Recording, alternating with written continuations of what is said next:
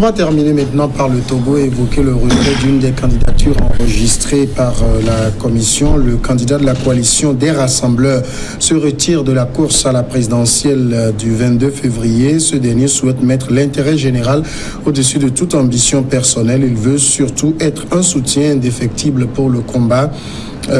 Pour le candidat désigné par Monseigneur Philippe Fanou Kokodjo dans un communiqué diffusé mardi. Soter Caius d'Otegan Dovi informe ses militants qu'il retire sa candidature des élections du 22 février.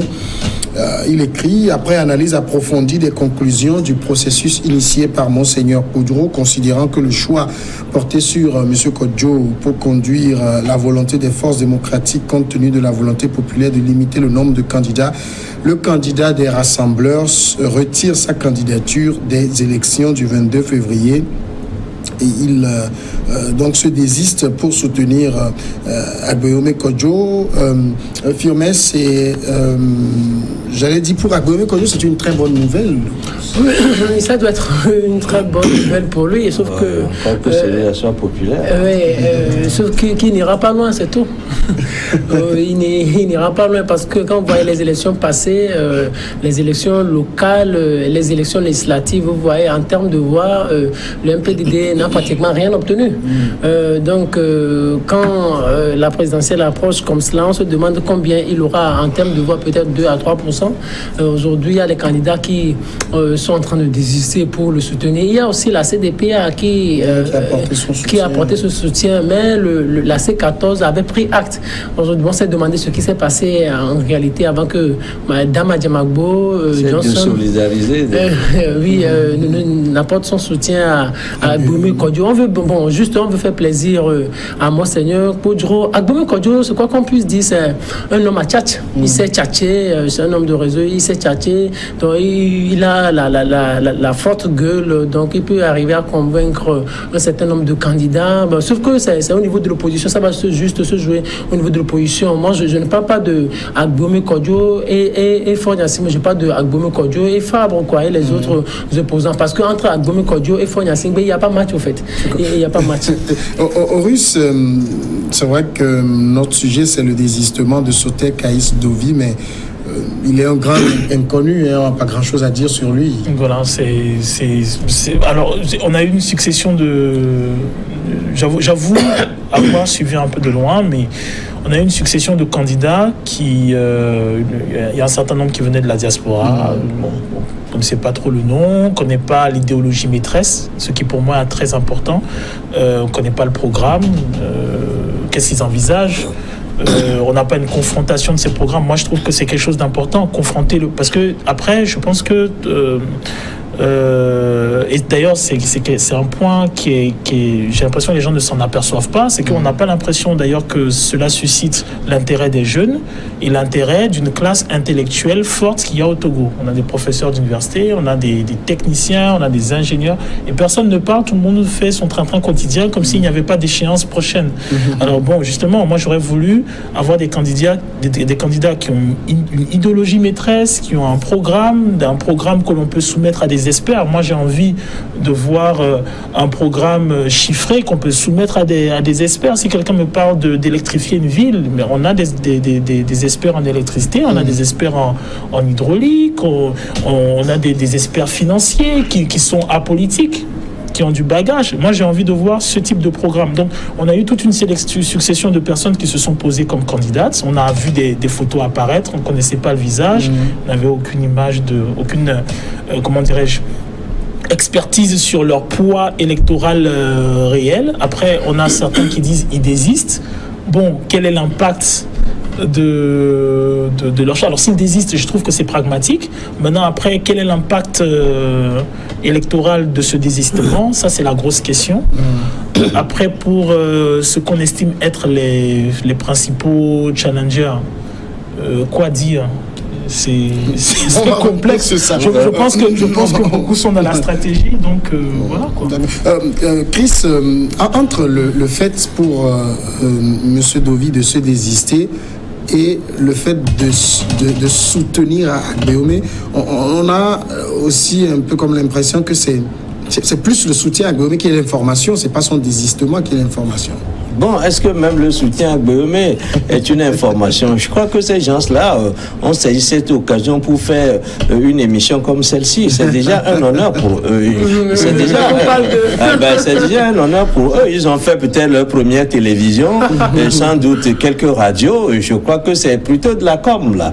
Et je crois qu'il n'y a pas autre chose à dire parce que donc comme il a si bien dit, et je crois que nous l'avons répété un certain nombre de fois ici, qu'on veut plutôt voir une confrontation des programmes. Il n'y a pas, cette confrontation n'a pas encore lieu et je suis sûr qu'on n'aura pas de cette confrontation-là. Maintenant, le soutien à Gbéomé, mais peut-être c'est lui qui dira ensuite, après à Gbéomé que ben voilà, hein, et je t'ai soutenu. C'est comme la course d'une souris côte à côte d'une souris et d'un éléphant. La souris va dire que je fais de la poussière. Et qu'en dira-t-on par exemple de l'éléphant? En tout cas, je considère que tous ces gens-là, et je crois que le Firmin l'a dit tout à l'heure, le match, c'est le match de classement peut-être entre des gens qui se disent opposants à Gbéomé, qui se disent aujourd'hui opposants et qui avaient du mal à imposer ce statut-là à l'opposition classique qui aujourd'hui qui tombe comme ça, comme un cheveu sur la soupe, qui se dit candidat de Monseigneur Podro et derrière lequel certains petits candidats, hein, je dois dire, comme Dame Adjamagbo qui avait de la peine à se faire élire chez elle, comme qui d'autres, tous ces gens-là qui aujourd'hui se bousculent au portillon de M.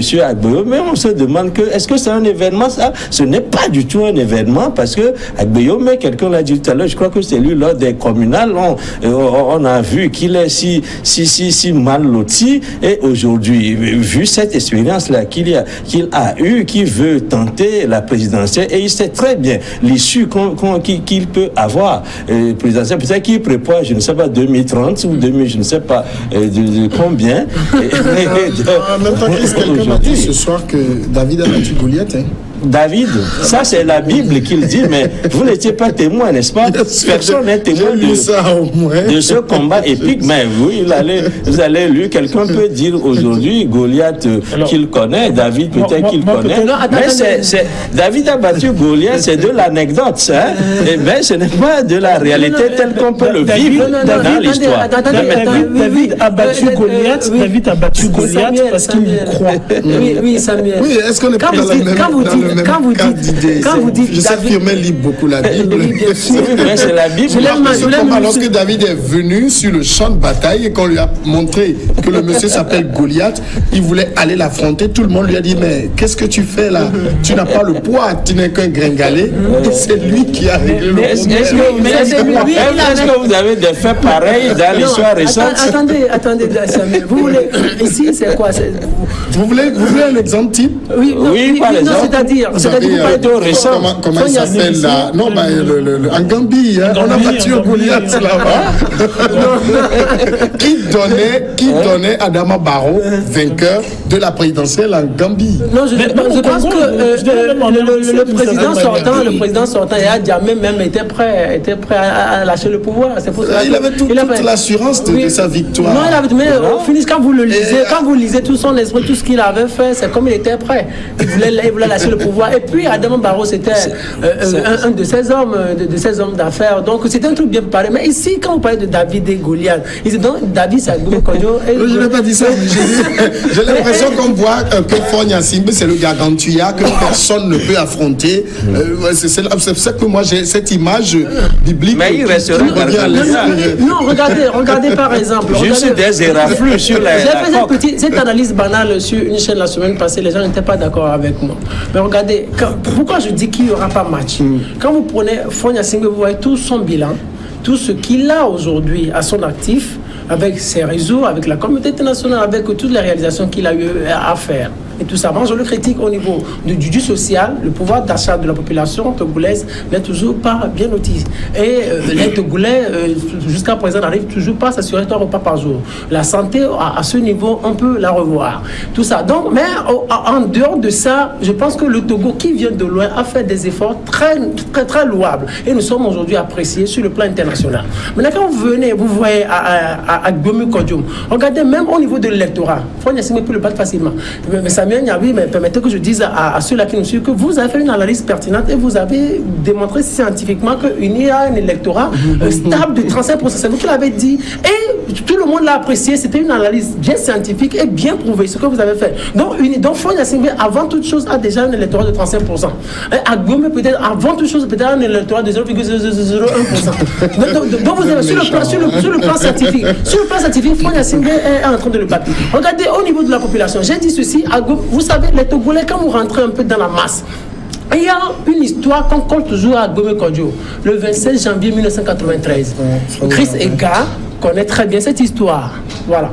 Donc, Agbomé Kodjo, il s'est défendu devant la CVJR. Mais bizarrement, cette semaine sur RFI, cette histoire est repassée. Et on a eu la version de l'ancien ministre des Affaires étrangères, Natchaba, mais qui épingle, dont les propos épinglent suffisamment, ou désinglent suffisamment, ou démontrent suffisamment ce que Agbomé Kodjo a eu à dire devant la CVJR. Donc, et c'est ça, les propos, la population togolaise a eu à garder surtout la position de Natchaba, qui lance un discrédit sur ce que Agbomé Kodjo a dit devant la CBJR. Donc sur ce point, les Togolais ne lui pardonnent pas. Maintenant, regardez au niveau de l'opposition même. Agbomé Kodjo n'est pas aimé fondamentalement dans son opposition. Ou ses frères de l'opposition devraient l'aimer. Parce qu'ils se disent qu'il a trahi le régime Gnassingbé. Il a eu à trahir. Donc le fait qu'il vienne aujourd'hui pourrait à l'avenir nous trahir. Il y a des gens qui le traitent de roublard, les gens qui le traitent de versatile, se disent que quelqu'un qui n'est pas sérieux, qui n'est pas sérieux, il est versatile. C'est pour cela que un grand politique que les gens appellent l'enfarineur.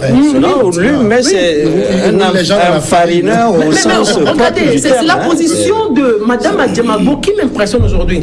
Juste après le 31 décembre, où Monseigneur Kodjo a eu, entre guillemets, nommé Agbomé Kodjo comme le candidat unique de l'opposition, la CDPA, non, la dame Adjamabo, qui est la coordinatrice de la C14, a sorti un communiqué au nom de la C14 et elle a dit cette phrase-là qui est tellement importante. Et j'ai trouvé ça extraordinaire. Elle dit la C14 prend acte. Elle n'a pas soutenu Agbomé Kodjo. Donc aujourd'hui, elle vient nous dire ça. Et puis aujourd'hui même, la CDPA ou Dama Diabou ne représente plus rien politiquement. Et au niveau de la population et au niveau de l'opposition, Agbomé Kodjo n'est pas bien aimé. Maintenant, regardez, pour terminer à ce niveau, quand les gens parlent de réseau, on dit Agbomé Kodjo a des réseaux. Agbomé Kodjo a des réseaux plus que Faure Gnassingbé. Est-ce que vous ne pensez pas qu'on est un peu trop fataliste quand on fait des analyses sur la présidentielle au Togo? Le schéma il semble un peu trop simple. En fait, alors disons, l'analyse qu'on peut avoir du schéma, elle est motivée peut-être par les actes des acteurs. Je m'explique, je vais donner quelque chose de très simple. Je n'ai pas la sensation que, hormis le challenger de Unir, du parti Unir, que les autres challengers se sont lancés dans la campagne de communication. Je ne vois pas l'effort de communication, je ne vois pas le travail pédagogique, je ne vois pas cela. Alors que de l'autre côté, on a déjà commencé l'effort de communication. Et ce sont des choses importantes. Donc c'est pour ça que je dis, oui, quelqu'un a dit, David a battu Goliath. Mais il faut bien préciser ce qui s'est passé dans ce livre. David a battu Goliath parce qu'il le croyait. Il avait foi en lui et il avait foi en son Dieu. Donc en une entité supérieure. Bon, ceux qui vont à cette joute électorale ont-ils foi en eux? Est-ce qu'ils y croient? Et pour y croire, il faudrait déjà que les gens puissent le percevoir, ne serait-ce qu'à travers les attitudes, à travers les énoncés, à travers les interventions. Moi, j'ai vu quelques interventions. J'ai trouvé des interventions qui étaient beaucoup plus dans le justificatif que dans la quête réelle d'un électorat à travers des propositions, comment dirais-je, et quand je parle de propositions, voilà, alors je vais dire quelque chose, peut-être que je vais digresser un peu, mais et je parle sous le contrôle de mon aîné, de notre aîné qui est ici, qui est M. Crisega. Est-ce que les Africains qui se sont battus pour les luttes démocratiques des années 90, est-ce qu'ils auraient imaginé que 30 ans après, on se retrouve dans des chemins qui singent tout ce qui se passait dans les années 90 quand il s'agissait de faire des élections, quand il s'agissait de faire du débat, et même quand il s'agissait d'appréhender la population et la jeunesse. C'est un crime de croire que le Zémidjan, la vendeuse d'Aïmolou, l'étudiant ou, je ne sais pas moi, le fonctionnaire n'ont pas un avis critique sur la politique togolaise et maintenant d'être toujours dans le slogan et non dans l'édification d'idées concrètes qui puissent lui dire « Ah, mais ce monsieur-là a dit quelque chose de pertinent, j'aime son idée, je veux qu'il la développe. » Et malheureusement, moi, personnellement, même si, comment dirais-je, on donne l'exemple de David et de Goliath, mais il faut les arguments. Goliath était géant, il avait toute une armée derrière lui, avec tout l'attirail, tout le bouclier, tout ça. David, son argument, c'était une fronde. Mais la fronde, il faut bien spécifier. Il maîtrisait la fronde. C'était un berger. Il utilisait sa fronde pour chasser tous les animaux. Voilà. Donc, il savait qu'il ne pouvait pas utiliser le bouclier parce qu'on lui a mis un bouclier, on lui a donné une lance, on lui a donné une armure. Et la première des choses qu'il fait, il enlève ce qui est embarrassant et il utilise sa fronde qu'il maîtrise. Alors, je vous propose la question. Est-ce que les principaux challengers qui se prévalent de tout, comment on appelle, le soutien du peuple et tout ça, ils vont-ils avec la foi et la conviction de ce qu'ils vont faire? Alors, Chris a peut-être un exemple plus proche. Macron a réussi à renverser tout le système politique. Il y avait français. La banque. On ne le voyait pas à ce niveau. J'ai parlé de la Gambie tout à l'heure. Je peux citer un certain nombre de pays où on a vu des gens arriver, prendre le pouvoir, des gens qu'on n'attendait pas. Vous croyez peut-être qu'en France, Macron ne l'attendait pas. Vous parlez sans doute de ce système de dégagisme où une certaine catégorie de politiciens et une catégorie sclérosée, poussive, éreintée, arrivée à cette étape-là du combat, et la société ne veut plus de l'establishment politique qui a embrigadé l'opinion française et occidentale. Pendant un bon bout de temps, les gens veulent faire une autre expérience. Mais ce qu'on devrait savoir, c'est que la démocratie a mis du temps pour s'installer dans les pays occidentaux. Et je l'ai dit tout à l'heure ici, qu'il n'y a pas de génération spontanée en politique. Parce que vous savez, heureusement, je viens de le dire, que Macron est soutenu par les milieux financiers, et les milieux financiers qui, en principe, ont été toujours les faiseurs de rois. Je crois que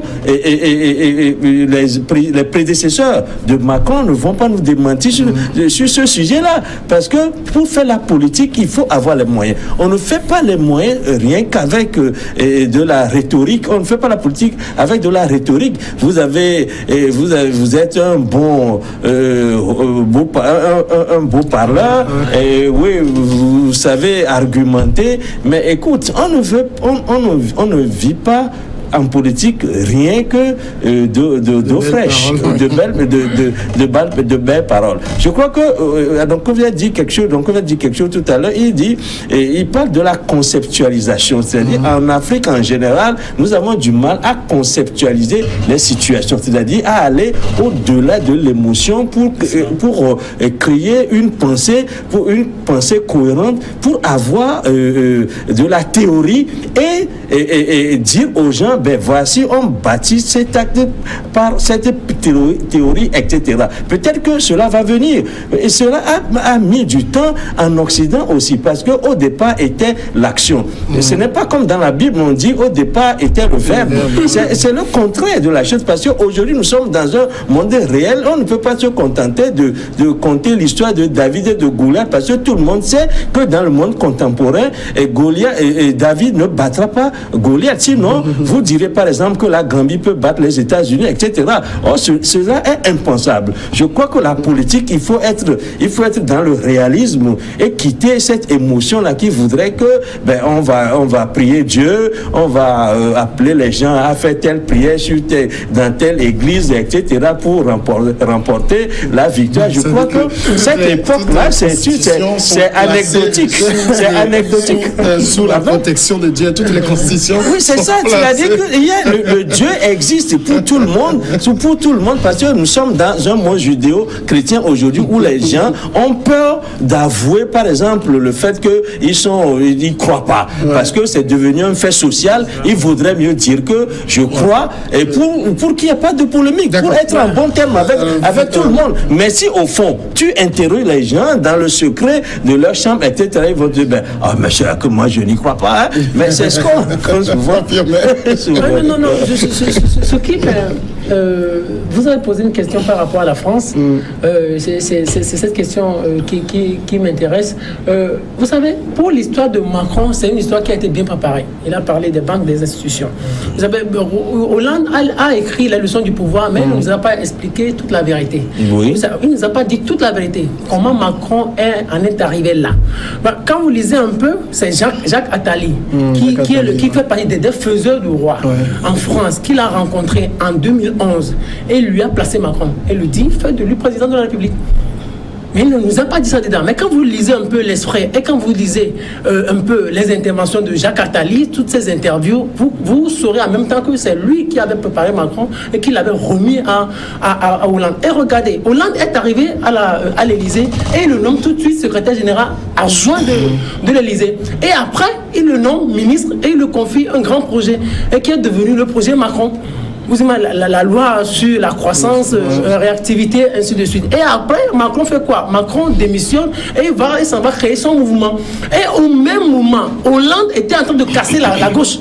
Hollande, il a désisté, il savait que ni Valls, ni ceux-là qui l'avaient critiqué n'allaient pas vers... Il savait qu'il n'allait jamais devenir président en France. Il a cassé la gauche. Maintenant, l'autre problème, qui devait casser la droite? C'était Sarkozy. Or, Jacques Attali et Sarkozy sont très bien aussi. Donc, c'était un coup bien préparé. Hollande se charge de casser la gauche. Sarkozy et les Juppé se chargent de casser Fillon à l'époque avec toutes ces affaires Penelope Gate qui étaient sorties. Voilà. Il s'était chargé de casser la droite et bien de faire passer Macron. Donc je pense que c'était tout préparé pour que et la droite et la gauche laissent le terrain vide et vierge à Macron. Et Macron qui affronte Marine Le Pen au deuxième tour. Donc c'était passé comme... C'était très bien passé. Mais regardez, l'histoire est tellement compliquée au Togo. Ici, est-ce que Faure Gnassingbé est en train de désister pour laisser passer Agbome Kodjo? Personne ne laissera passer Agbome Kodjo. Ce n'est pas possible. L'autre chose... Ce sera une catastrophe. Ce ne sera pas concevable parce que regardez, là-bas c'est comme une alternance bien préparée et négociée, mais on a mis le peuple devant, on a mis les unes devant, mais les choses réelles se sont jouées dans les coulisses et derrière les rideaux. Mais ici, même si on dit aujourd'hui qu'il faut avoir une alternance négociée, est-ce que le régime est prêt à négocier ou serait prêt bien sûr à négocier avec Agbome Kodjo? C'est la grande question. Si le régime dit ok, nous voulons l'alternance, maintenant nous voulons négocier avec quelqu'un. En 2010 on a négocié avec Jikri Solimpo, ça n'a pas marché, mais est-ce qu'aujourd'hui on peut négocier avec Agbome Kodjo sur un certain nombre d'années? Je ne pense pas que le régime soit prêt parce qu'il y a un problème avec ce régime-là. Le problème, c'est très simple. Agbome Kodjo a fait partie du régime, il a quitté, et pour certains, aujourd'hui, au sein du régime, Agbome Kodjo est un traître. D'accord. Alors, Horus, moi j'ai l'impression, chaque fois que j'écoute quand même dresser le portrait du Togo sur le plan politique, qu'il y a des élections, c'est comme s'il n'y aura aucun changement. C'est impossible dans le cas togolais. Alors ça... en fait, comment dirais-je, le Togo peut changer, mais c'est comme je dis, c'est-à-dire encore faut-il que les Togolais y croient. Ensuite, en réalité, que demande le Togolais? C'est ça, que demande le Togolais? Quand on est un Togolais et que on va à l'extérieur, on va dans les pays voisins, on va même dans les pays européens et tout. En réalité, je pense que la plus grande frustration du Togolais, c'est de s'apercevoir qu'en réalité, il n'est pas moins que les gens qu'il rencontre à l'extérieur. Il n'a pas moins de capacité que les gens qu'il voit à l'extérieur. Et je pense que pour chaque Togolais, il a la pleine conscience qu'il peut se projeter nettement plus loin que l'état où il se trouve actuellement. Et à cause de cela, forcément, on en vient à la question, aux questions de gouvernance, aux questions de partage de richesses, aux questions de sécurité sociale, de santé, d'éducation et tout. Et je pense que si cela est résolu, si le Togolais sait qu'il peut avoir de l'éducation sans aucun problème, qu'il peut accéder aux services de santé sans aucun problème, qui sait qu'il peut acheter son terrain, quelque chose qui est devenu... qu'on appelle, qui fait partie de nos paradigmes les plus importants, acheter son terrain, avoir son chai et tout, et qui peut accéder à cela de façon totalement épanouie. Je pense que le Togolais peut arriver à être beaucoup plus flexible. Il y a quelque chose qu'on l'on dit, que l'on ne dit pas très souvent parce que ça a l'air tabou. C'est quoi? C'est que en 2005, lorsqu'il y a la violence que l'on connaît et que après qu'il y a l'élection des élections présidentielles où on a M. Faure Gnassingbé, il y a quand même, il faut le dire, une certaine frange de Togolais qui se disent ça va changer parce que quelque part après le fils n'est pas comme le père. La question est de savoir, tous ceux qui ont pensé ça, est-ce qu'au bout de pratiquement 15 ans, est-ce qu'ils auraient la même constatation? D'accord. On va suivre. Merci Chris Ega, merci à Firmin Teko et merci à Auguste Nkovi. Merci à tous, à demain.